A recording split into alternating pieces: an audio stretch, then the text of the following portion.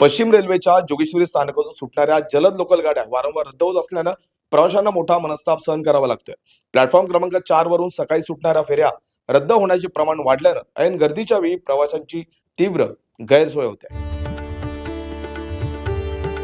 भारत 24 तास, संपूर्ण माहिती, संपूर्ण सत्य.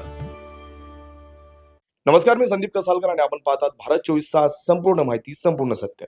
तर 2023 मध्ये जोगेश्वरी स्थानकातून सकाळी 9:02 9:38 आणि 9:58 वाजता सुटणाऱ्या जलद लोकल नियमित चालवण्याचे निश्चित करण्यात आले होते. मात्र गेल्या 2 महिन्यांपासून 6 ऑगस्ट रोजी 9:38 10 ऑगस्ट रोजी 9:02 आणि 11 ऑगस्ट रोजी 9:58 या गाड्या रद्द करण्यात आल्या. या पार्श्वभूमीवर सामाजिक कार्यकर्ते संदेश धुरी यांनी रेल्वे प्रशासनाकडे दाद मागितली. या तांत्रिक समस्येवर खालील जबाबदार अधिकाऱ्यांनी लक्ष देणं गरजेचं आहे. या समस्येवर केवळ तात्पुरती मलमपट्टी न करता पश्चिम रेल्वेच्या मंडल रेल्वे व्यवस्थापकांनी म्हणजेच डिव्हिजनल रेल्वे मॅनेजर यांनी यामध्ये थेट हस्तक्षेप करण्याची मागणी होते.